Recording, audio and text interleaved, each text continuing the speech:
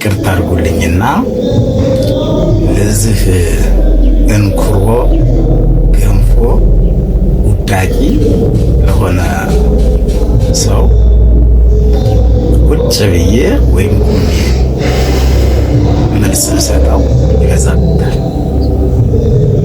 እስኪ እናዳምጥና የሚለውን እንስማና መልስ እንስማ። ስለሞትና ትንሣኤው የማወራ ካህን ነኝ እኮ። ቤተ መቅደስ አሁን አገልጋይ ኖት። ቤተ መቅደስ የክርስቶስ አገልጋይ እኮ ነኝ። በየትኛው ቤተ እምነት በየትኛው ቤተ እምነት ውስጥ የእርሱ ያሉት? ስለ ዲኖሚኔሽን ነው የምታወራ? ስለ ዲኖሚኔሽን ፕሮቴስታንት ኖት፣ ተሐድሶ ኖት፣ ኦርቶዶክስ ኖት? በጣም ጥሩ። ሁለንተናዊ ተሐድሶ፣ ኦርቶዶክስ ተሐድሶ፣ ፕሮቴስታንት ተሐድሶ። እኔ እንዲያውም አሁን ላይ ይቅርታ አድርግልኝና ኦርቶዶክስ ትታደስ የሚለውን እየተውኩኝ አሁን ኦርቶዶክስ ዳግም ትወለድ እያልኩ ነው።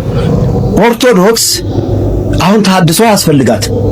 ኦርቶዶክስ የሚያስፈልጋት ዳግም መወለድ ነው። እኔ አይተህ ከሆነ ጽዮን ቲቪ ኢትዮጵያ ላይ ገብተህ ውስጥ አንተ የሚጠቅም ጽዮን ቲቪ ኢትዮጵያ ላይ አድማጮች ገባ ብለው ይዩ። እኛ ተከታታይ 14 ክፍል አንድ አባ ጳውሎስ ዘኢየሱስ የሚባሉ ወደ ካናዳ ነው ምናምን አገር አሉ። ከሳቸው ጋር ተሐድሶ አገልጋይ ናቸው። ዳግም ልደት ለኦርቶዶክስ ተሐድሶ ለፕሮቴስታንት በሚል ርዕስ 14ኛ ክፍል ድረስ አድርግሎትና ለመመር እርሶ እቺን ረጅም የሺህ ዘመን ታሪክ ያላትን ቤተክርስቲያን የማደስ አቅም አለት ወይ? ሁለተኛ ደግሞ ወንጌላውያን ቤተክርስቲያን ራሱ ፕሮቴስታንትንስ ምኑን አውቀው ነው የሚያድሱት ለሚለው ጥያቄ እግዚአብሔር ይስጥልኝ። እኔ አልመካም እንጂ ሁሉ ጊዜ እኔ ትምክህቴ የመስቀሉ ስራ ትምክህቴ ልንገርህ። ግን ልመካ ካልኩኝ ከቆሎ ትምህርት ቤት ከ7 ዓመት ጀምሮ እስከ 23 ዓመት የተማርኩኝ በቤተ ክርስቲያኒቱ ውስጥ ያለውን ጽዋቶ፣ ዜማ፣ ድጓ፣ ጾመ ድጓ፣ ምዕራፍ፣ ዝማሬ፣ መዋሥዕት፣ ሰንበት፣ መወድስ፣ ጓዝ፣ ሰለስት፣ አርባዕት፣ ክስተት የሚባለውን ሽምድድ አድርጌ የተማርኩ ሰው ወዳጅ፣ በዚህ እመካለሁ። ልመካብል ግን አይጠቅመኝም። እንደ ጉድፍ ቆጥሮ ይትጫዋለሁ። እሺ ወደ በዚህ ልክ ሲታበይ፣ በዚህ ልክ ሲደነዝዝ፣ በዚህ ልክ ነውሩን ሲሸጥ፣ በዚህ ልክ የአዋቂነቱ ጎልቶ ሲታይ በጣም ያሳል። የሰው በነገራችን ላይ ሀይ የሚለው መንግስት፣ ሀይ የሚለው ህግ፣ ሀይ የሚለው የሃይማኖት መሪ፣ ሀይ የሚለው ወላጅ፣ ሀይ የሚለው ጓደኛ፣ ሀይ የሚለው ትዳር፣ ሀይ የሚለው የሚያውቀው ጓደኛ፣ ሰብ፣ የሀገር ሰው ወዘተ የሚል በሙሉ የለው። ስለዚህ የሜዳ አህያ ነው እንደፈለገ የሚዘል፣ የሜዳ ውሻ ነው እንደፈለገ የሚጮህ፣ ከቆጭ የሌለው ሀይ የሚለው የሌለው በፍጹም እሱም ማንም ይቆጣኛል፣ ማንም ይገስጸኛል፣ ማንም በህግ ይጠይቀኛል የሚል ሁሉ አመለካከት ሐሳብ የሌለው አይምሮ የተነካ በሽተኛ ሰው የለበሰውን ልብስ ምን እንደሆነ የማይረዳ የሚናገረው ምን እንደሆነ በህግም ሆነ በሀገሪቱ ህግም ሆነ በሃይማኖትም ሆነ በእግዚአብሔር ዘንድ ያስጠይቀኛል ብሎ የማያስብ በቃ አሁን ስላንተ እግዚአብሔር ምስክሬ ነው። እግዚአብሔር ፍርዱን በአንተ ላይ ይጣል። እግዚአብሔር አንተን ከምድረ ገጽ ያጥፋህ እንጂ እንግዲህ በህግ መጠየቅ ካለብህ የምትጠይቀው ድሮ ነበረ። ግን አሁን የልብ ተሰምቶህ የኢትዮጵያ ኦርቶዶክስ ተዋህዶ ቤተክርስቲያን አንጋፋይቱን ኦርቶዶክስ ተዋህዶ ቤተክርስቲያን ከላይ ሁኜ እኔ አውቅልሻለሁ ካላልኳት፣ እኔ ካላስተካከልኳት፣ እኔ እንደዚህ ካላረኳት የሚል የእጅል ሐሳብ ሁሉ ይዘህ መጥተህ እያየን ነው። ስለዚህ ትዕግስት በጣም በዝቷል፣ በጣም ዝምታ በዝቷል። አንተ ደግሞ መፈንጨትህ፣ መወራጨትህ፣ ያዙ ይልቀቁኝ ማለትህ ከልክ በላይ አልፏል። ብቻ ያንተን አወዳደቅ ያንተን የወደፊት ፍጻሜ እግዚአብሔር አምላኬ ሆይ ሳታሳየኝ አትግደለኝ ብዬ ምኞቴን ክርስቶስን እጠይቀዋለሁ። ምክንያቱም አንተ እንዴት እንደሚያረግህ፣ እንዴት እንደሚያቁነጠንጥህ፣ እንዴት ጠብን እንዲያው በቃ ኑ ግጠሙኝ፣ ኑ ተጣሉኝ፣ በቃ አንተ የሃይማኖት መሪ አይደለም። ሲጀመር እምነት ክርስቶስ የሚባለውን በፍጹም አታውቀውም። ክርስቶስ የት አካባቢ እንደተሰቀለ፣ የት እንደተወለደ፣ ክርስቶስ ማን እንደሆነ ራሱ በፍጹም አታውቀውም። ክርስቶስ እንደዚህ የክርስቶስ አማኝ ነኝ የሚል በወንጌል የሚመራ ወንጌል ያነበበ ሰው እንደዚህ ሲጃጃልና እንደዚህ ሰዎችን ታርጌት እያረገ ቤተ እምነትን ታርጌት እያረገ በስድብ ናዳና እንደው ባልሆነ ንግግር ሁሉ ሰዎችን ወደ ወንጀል እንዲገቡ ሰዎች እንደው እንዲሳሳቱ ሁሉ የምታደርጋቸው ንግግሮች ሁሉ ከልክ ያለፉ ናቸውና በራሴ በኩል ሕግ ኃይል ሊለው ይገባል።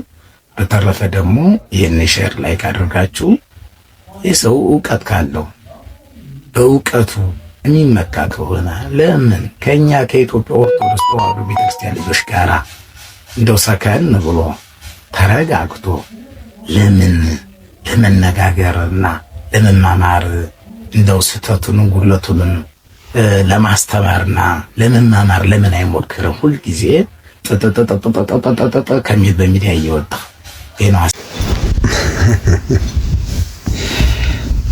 እንዳትሰናከሉ ይህንን ነገርኳችሁ። ከምኩራባቸው ያስወጧችኋል፣ ደግሞም እናንተን የሚገድላችሁ ሁሉ ለእግዚአብሔር አገልግሎት የሚያቀርቡበት የሚመስልበት ጊዜ ይመጣል። ይህንንም የሚያደርጉባችሁ አብንም እኔንም ስላላወቁ ነው። ዮሐንስ ወንጌል ምዕራፍ 16 ቁጥር 1 እስከ 3። የተወደዳችሁ የእግዚአብሔር ቤተሰቦች እንዲሁም ኦርቶዶክሳውያን ሁላችሁ ጌታችን መድኃኒታችን ኢየሱስ ክርስቶስ በሃይማኖት ስለመጽናት ለደቀ መዛሙርቱ ባስተማረው ትምህርት ይህንን ኃይለ ቃል ተናገረ። ወገኖቼ ከቃሉ እንደምንረዳው ከሆነ ጌታችን መድኃኒታችን ኢየሱስ ክርስቶስ ምን እያለ እየተናገረ ነው? ቀደም ብሎ የዛሬ 2000 ዓመት ገደማ በመዋዕለ ሥጋዌው ሲያስተምር ይህንን ትንቢታዊ ቃል ሲናገር ምን እያለ ነው? ዛሬ ላይ ብዙ ሰዎች ሰይጣን በልቦናቸው በዘራው የክህደት አዝመራ በመነዳት ከመጽሐፍ ቅዱስ አስተምሮ ውጪ በሆነ መልኩ ወገኖቼ ሆይ ስለ ኢየሱስ ክርስቶስ አዳኝነትና ጌትነት የሚናገሩትን ሰዎች መግደል ስለሚፈልጉ፣ ማሳደድ ስለሚፈልጉ፣ ለእግዚአብሔር አገልግሎት የሚያቀርቡበት የሚመስልበት ጊዜ ይመጣል በማለት መምህር ተብለው እየተጠሩ ግን የመምህርነትን ሞያ የማያውቁ ልክ እንደነዚህ አይነት ሰዎችን ነው ጌታ ኢየሱስ ክርስቶስ እየተናገረ ያለው። መጽሐፍ ቅዱሳችን የእግዚአብሔር ቃል ወገኖቼ ሆይ ምን ይላል መሰላችሁ? ጻድቅ ሰው ለእንስሳው ነፍስ ይራራል፣ የኃጥአን ምሕረት ግን ጨካኝ ነው ይላል። እውነት ለመናገር እኔ ለዚህ ሰው መልስ መስጠት አልፈለኩም ነበረ። ነገር ግን ፕሮፋይሉን በደንብ አድርጌ ቼክ ሳደርገው መምህር ሰሎሞን ይላል። እኔ ምእመን ቢሆን ኖሮ በሕያው እግዚአብሔር ፊት በፍጹም መልስ አልሰጥም። ምክንያቱም አይመጥነኝም። ይህ ሰው መጥኖኝ ሳይሆን መምህር እየተባለ ብዙ ምዕመናንን ወደ ሲኦል እያጋዘ ከመሆኑ የተነሳ መልስ ልሰጠው እገደዳለሁ። እንግዲህ ይህ ሰው እንደተመለከታችሁት ተኝቶ በስድብ ነው መልስ መስጠት የጀመረው። በመጀመሪያ ደረጃ መምህር ሆኖ በኢትዮጵያ ኦርቶዶክስ ተዋሕዶ ቤተክርስቲያን እያስተማረ የወንጌል ሰባኪ እየተባለ ሰባኪ ወንጌል ተብሎ እየተጠራ ለምን ይሳደባል? አንደኛው ነገር ለምን ይሳደባል? ለምን ይሳደባል? ሁለተኛ ለምን ይራገማል? መጽሐፍ ቅዱሳችን በግልጽ በያዕቆብ ላይ ሟርት በእስራኤል ላይ አስማት የለም አይሰራም ብሎ ተናግሯል። ወገኖች የፈለገ ብትራገሙ፣ የፈለገ ብትደግሙ፣ መርዝም ብታጠጡኝ ሞክራችሁታል። ይሄን ሁሉ እውነት ለመናገር የፈለገ ጉባሬ ብትገንዙ ያለ እግዚአብሔር ፈቃድ እኔን መግደል አትችሉም። አለፍ አለፍ ብዬ ልናገር። የእሱ ዲስክሮች በጣም ብዙ ስለሆኑ ይቅርታ ይደረግልኝና ይህ ሰው ከእርግማኑ ባሻገር ሕግ ሊጠይቀው አልቻለም። እንደፈለገ እየፈነጨ ነው። የኢትዮጵያ ኦርቶዶክስ ተዋሕዶ ቤተክርስቲያን አንጋፋዋ ቤተክርስቲያን ዳግም መወለድ አለባት እያለ ይጮሃል ይለኛል። አዎ ልድገምልህ ወንድሜ፣ የኢትዮጵያ ኦርቶዶክስ ተዋሕዶ ቤተክርስቲያን ዳግም መወለድ አለባት። ዳግም መወለድ አለባት። እናንተ አሁን በክርስቶስ ኢየሱስ ላላችሁ ኩነኔ የለባችሁም ብሎ ጳውሎስ በሮሜ መልእክቱ መጽሐፍ ምዕራፍ 8 ቁጥር 1 ላይ እንደተናገረ በክርስቶስ ኢየሱስ ብትሆኑ ከፍርድ ከኩነኔ ታመልጣላችሁ። ክፋታችን ምንድን ላይ ነው? የኔ ክፋት ምንድን ነው? ኢየሱስ ይሰበክ፣ ኢየሱስን ተቀበሉ፣ ኢየሱስን የሕይወታችሁ አዳኛ አድርጋችሁ ተቀበሉ በማለት እንደ ወንጀለኛ በሕግ ሊጠየቅ ያስፈልገዋል፣ እንዲህ ሊሆን ያስፈልገዋል የምትለው ይህን ኮንስታንት የሆነ ነገር የለህም አንተ።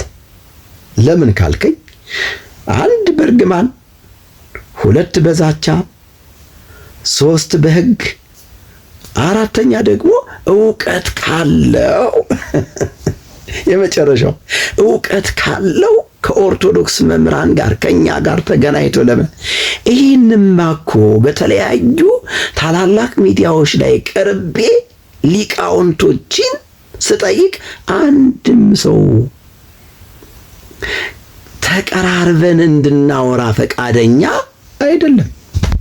አሁንም ልንገርህ፣ ሊቀ ሊቃውንቶችን መረጥ አድርገህ መቼም የኛ ካህናት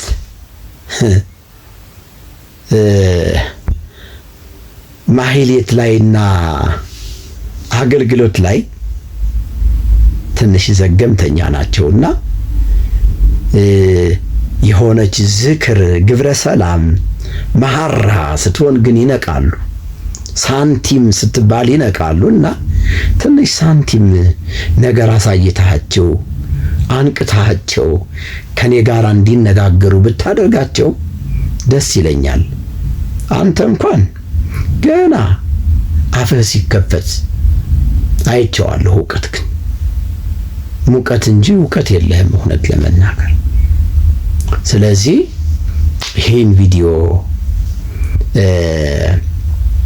የምትሰሙ በመላው ዓለም የምትገኙ የአባቴ ብሩካን እና የአባቴ ልጆች ዳግም የተወለዳችሁ ክርስቲያኖች ኮፒ ሊንክ፣ ሪፖስት ምንድን ነው የምትሉት ደግሞ ይሄ ሼር፣ ላይክ ብቻ የሚደረገው ነገር ሁሉ ያደረጋችሁ ለዚህ ሰውና ይህንን ሰው ለሚመስሉ ሰዎች እንድታደርሱልኝ በታላቅ አክብሮትና ፍቅር እጠይቃችኋለሁ። ከፍቅር በስተቀር ዕዳ የሌለብኝ በቀድሞ መርጌታ በአሁኑ በጌታ ወንድማችሁ ምስጢሩ መዝገቡ ነኝ። እወዳችኋለሁ። አንቀጸ ክብሮሙ ለቅዱሳን ትሁብ ሰላመ ለርሁቃን ወዳህና ለቅሩባን።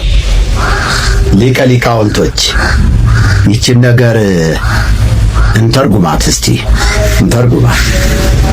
ርቀው ለነበሩ ሰላምን፣ ቀርበውም ለነበሩት ደህንነትን ትሰጣቸዋለች። ማርያም ርቀው የነበሩትን ደህንነት ትሰጣቸዋለች እያለ ነው መጽሐፈ ዚቁ። ይህ በኢትዮጵያ ኦርቶዶክስ ተዋሕዶ ቤተ ክርስቲያን ማርያምን ስናመልክበት የነበረው መጽሐፈ ዚቅ ወመዝሙር የሚባለው የዜማ መጽሐፍ። ክቡራን ክቡራት በእግዚአብሔር ስም እንደምን አላችሁ? እግዚአብሔር የተመሰገነ ይሁን። እንኳንም ከእመቤታችን ከድንግል ማርያም በዓል በሰላም አደረሳችሁ። ዛሬ እመቤታችን በዓሏ 5 ቀን ነው የምናከብረው። በቤተ ክርስቲያኗ እንደሚታወቀው እመቤታችን በደብረ ምጥማቅ ለሕዝቡም ለአሕዛቡም ለአማኒውም ለኢአማኒውም ላላመነውም ተገልጣ ክብሯን የገለጠችበት፣ እንደገና ያላመኑ አምነው ክብር ያገኙበት፣ ያመኑትም ደግሞ በክብር ላይ ክብር የተጨመረላቸው ሳምንት ነው። የ5ቱ ቀን ማለት ነው። ከግንቦት 21 እስከ 5 ቀን እመቤታችን በደብረ ምጥማቅ ተገልጣ ክብሯን የገለጠችበት ተአምሯ የታየበት ትልቅ በዓል ነው። ይህንን በዓል ለማክበር እንኳን አደረሳችሁ አደረሰን እላለሁኝ። ሌላው ወደሚቀጥለው እንትን ሲሄድ ሰውየው የሚናገረውን ቃል መነሻ በማድረግ ያው እርሱም እንደምትሰሙት ሊቃውንቱን ተርጉመው ይላል። ሊቃውንቱ ሲባል ግን በሱ ዘንድ ምን ሊቃውንት አለ? ቢኖርስ ደግሞ እንደሱ አድርገው የሚተረጉሙ እንጂ ወይንም እንደሱ ልብ ወለድ የሚናገሩ እንጂ ትክክለኛ የመጽሐፉን ትርጉም የሚያስቀምጡ አለ ወይ? ይሄ አጠያያቂ ነገር ነው። እንደሌለ ሁላችንም እናውቃለን። ለምን ሲባል ከራሱ ከሰውየው አነጋገር መረዳት ይቻላል። ሰውየው ምስጋናና አምልኮት እንኳን ለይቶ ያላወቀ ነው ማለት ነው። ምስጋናና አምልኮት ለይቶ ያላወቀ ሰው እንዴት ትርጉም ሊተረጉም ይችላል? ስለዚህ ምስጋናውን ምን ብሎታል? አምልኮት ብሎታል። አምልኮት ማለት እኮ ራሱን የቻለ ለእግዚአብሔር የሚሰጥ ነው። ምስጋና ማለት ደግሞ ሰው በበጎ ስራው የሚመሰገነው ነው። ሰው መልካም ስራ ካሰራ በበጎ ስራው በድንቁ ስራው ቢደነቅለታል፣ ይመሰገናል። እንግዲህ እንደሰማችኋቸው እነዚህን አባት መልስ የሰጠው መስሏቸው እጅግ በጣም የተሳሳተ ነገር ነው ሲናገሩ የነበረው። እንግዲህ እመቤታችን በደብረ ምጥማቅ ለሕዝብም ለአሕዛብም ለአማኞችም ኢአማንያን ለሆኑትም ክብሯን ገልጣለች በሚል ነው መነሻ ያደረጉት። መጽሐፍ ቅዱስ የእግዚአብሔር ቃል በዚህ በዮሐንስ ወንጌል ምዕራፍ 2 ቁጥር 11 ላይ ገብታችሁ ስትመለከቱ ኢየሱስ ይህንን የምልክቶች መጀመሪያ በገሊላ ቃና አደረገ ይልና ክብሩንም ገለጠ፣ ደቀ መዛሙርቱን በእርሱ አመኑ ይላልና አሁን ይህ ሁሉ የሐሰት ትምህርት ዝም ብሎ የመጣ እንዳይመስላችሁ ወገኖች። ኢየሱስ ክርስቶስን ለማሳነስ ማርያምን በኢየሱስ ክርስቶስ ስፍራ ተክቶ ለማምለክ የተደረገ ትግል ነው። ተመልከቱ እንግዲህ በመጀመሪያ ደረጃ ማርያም እናመልካታለን ብለው ነው የተቹኝ እኔን። አዎ ድብን አድርገው ነው የሚያመልኳት ማርያምን። ማርያም በኦርቶዶክስ ተዋሕዶ ቤተ ክርስቲያን በደንብ ትመለካለች። አንቀጸ ክብሮሙ ለቅዱሳን ትሁብ ሰላመ ለርሁቃን ወዳህና ለቅሩባን በሚለው የዚቅ መጽሐፍ ለቅዱሳን የክብራቸው በር፣ ርቀው ለነበሩ ሰላምን፣ ለቀረቡትም ደግሞ ደህንነትን ትሰጣለች ማለት ይሄ ከኤፌሶን መጽሐፍ ምዕራፍ 2 ቁጥር 13 እስከ 18 ካለው ክፍል ተሰርቆ ነው የተወሰደው። ሰውየው መልስ እሰጣለሁ ብሎ የተናገረውም ደግሞ ሰርቆ የወሰደው ከዮሐንስ ወንጌል ምዕራፍ 2 ቁጥር 11 ላይ ነው። ማርያም ክብሯን ገለጠች የሚል በመጽሐፍ ቅዱስ ውስጥ አልተጻፈም። እሱ ግን በደብረ ምጥማቅ ክብሯን ገልጣለች። በዚህም ምክንያት ደግሞ ሕዝብም አሕዛብም አማኞችም የአማንያኖችም በእሱ አምነዋል እያለ እየነገረን ያለ ወገኖቼ፣ በዚህ ክፍል ላይ የኢየሱስ ክርስቶስን የመስቀል ሥራ የሸፈነ የጠላት መጋረጃ እንደሆነ አይታችሁ ወደ ቃለ እግዚአብሔር እውነት እንድትመለሱ ኦርቶዶክሳውያን፣ በእውነት ነው የምነግራችሁ፣ ወደ ቃሉ እንድትመለሱ መጽሐፍ ቅዱሳችን በዚህ ክፍል ላይ በኤፌሶን መጽሐፍ ምዕራፍ 2 ቁጥር 13 እስከ 18 ላይ የሚያስተምረን ምንድነው ካልን በክርስቶስ ኢየሱስ ሆናችሁ ይላል። ምንድነው የሚለው? በፊት ርቃችሁ የነበራችሁ ብሎ ነው የሚጀምረው ጳውሎስ ሲናገር፣ በፊት ርቃችሁ ለነበራችሁ ተመልከቱ። አሁን ግን እናንተ በፊት ርቃችሁ የነበራችሁ በክርስቶስ ኢየሱስ ሆናችሁ በክርስቶስ ደም ቀርባችኋል። እርሱ ሰላማችን ነውና ሰላምንም ያደርግ ዘንድ ጥልን በመስቀሉ ገድሎ በእርሱ ሁለታቸውን በአንድ አካል ከእግዚአብሔር ጋር ያስታርቅ ዘንድ ነው ይላል። መጥቶም ርቃችሁ ለነበራችሁ ለእናንተ ሰላምን፣ ቀርበው ለነበሩም ሰላምን የምስራች ብሎ ሰበከ እያለ ይነግረናል። በዚህ አረፍተ ነገር ላይ ማርያም የጽድቅ በር ናት መባሉ ይህ ውሸት ነው። የጽድቅ በር አይደለችም። ኢየሱስ ክርስቶስ ብቸኛ በር መሆኑን፣ ብቸኛ መንገድ መሆኑን በደንብ አድርጎ ራሱ በአንደበቱ አስተምሮናል እኮ። እኔ እውነትና ሕይወት መንገድም ነኝ፣ በእኔም በቀር ወደ አብ የሚመጣ የለም ይላል። ትክክለኛው በር ኢየሱስ ክርስቶስ ነው። ኢየሱስ ክርስቶስ ነው።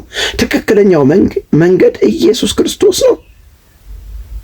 ይህ አባባል ሰዎች በክርስቶስ አምነው ወደ እውነተኛው የጽድቅ በር እንዳይደርሱ የተደረገ አጋንንታዊ ትምህርት ነው ወገኖች። ራሷ ድንግል ማርያም እውነተኛ የጽድቅ በር የሆነው ኢየሱስ ክርስቶስን ተቀብላ የዳነች የመጀመሪያዋ አማኝ ልንላት እንችላለን እንጂ ማርያም የጽድቅ በር ነች፣ ማርያም ክብሯን ገለጠች፣ ማርያም ርቀው የነበሩትን ደህንነት ትሰጣቸዋለች፣ ቀርበው ለነበሩትም ደግሞ ሰላምን ትሰጣቸዋለች ተብሎ መዘመሩ ከመጽሐፍ ቅዱስ ያፈነገጠ የሐሰትና የአጋንንት ትምህርት መሆኑን አጽንኦት ሰጥቼ ማለፍ እፈልጋለሁ ወገኖቼ ሆይ። መቼም አያድርገውና ድንግል ማርያም ጌታን ሳትቀበል ብትሞት ኖሮ ሲኦል መግባቱ አይቀርም ነበር አይደል እንዴ? ሲኦል መግባቱ አይቀርም ነበር።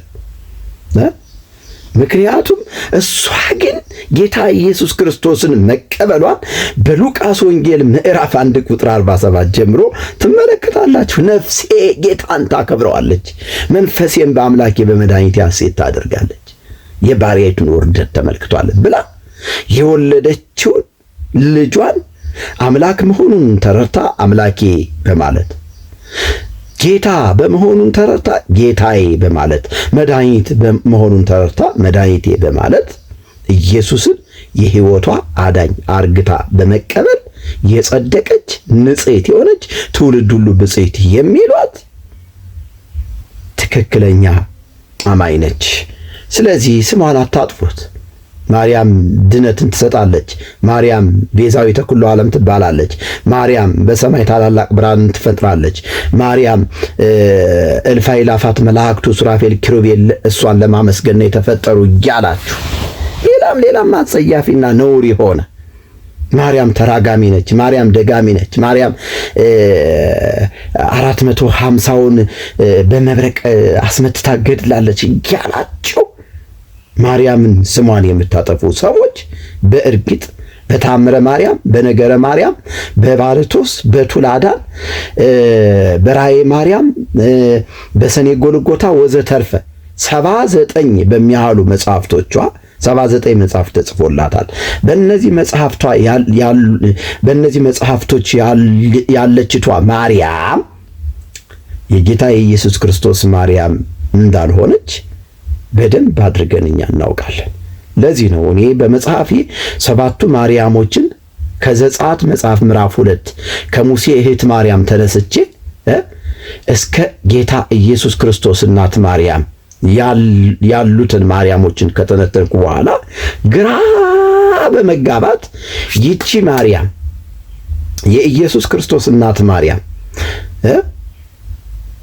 የኢየሱስ ክርስቶስ እናት ማርያም ከሰባቱ ማርያሞች ጋር በደንብ አድርጌ ካየኋት በኋላ አሁን በእነዚህ በድርሳናቶቿ በገድላቶቿ በታምረ ማርያም ወዘተርፈ በ79 መጽሐፍቶቿ የተነገረችቷ ማርያም ግን ከኢየሱስ ክርስቶስ ማርያም ጋር ስለማትመሳሰል እኔ በጥያቄ መልኩ አስቀምጫለሁ። በማር የተለወሰ መርዝ በሚለው መጽሐፌ ምንድን ነው ያልኩት? 8ኛዋ ማርያም ማን ናት? ስለዚህ በኮመንት አስቀምጡት። እናንተ 8ኛዋ ማርያም ማን ናት ትላላችሁ? አማኞቹም ውድ ኦርቶዶክሳውያን ይህቺ ማርያም የጌታ የኢየሱስ ክርስቶስ እናት ማርያም አይደለችም። ወስብሐት ለእግዚአብሔር። አነሳስቶ ላስጀመረን አስጀምሮ ላስፈጸመን ለኃያሉ ለልዑል እግዚአብሔር ክብርና ምስጋና አምልኮትና ጌትነት ከምድር እስከ አርያም ድረስ ለእርሱ ብቻ ይሁን። ወዳችኋለሁ። ሻሎም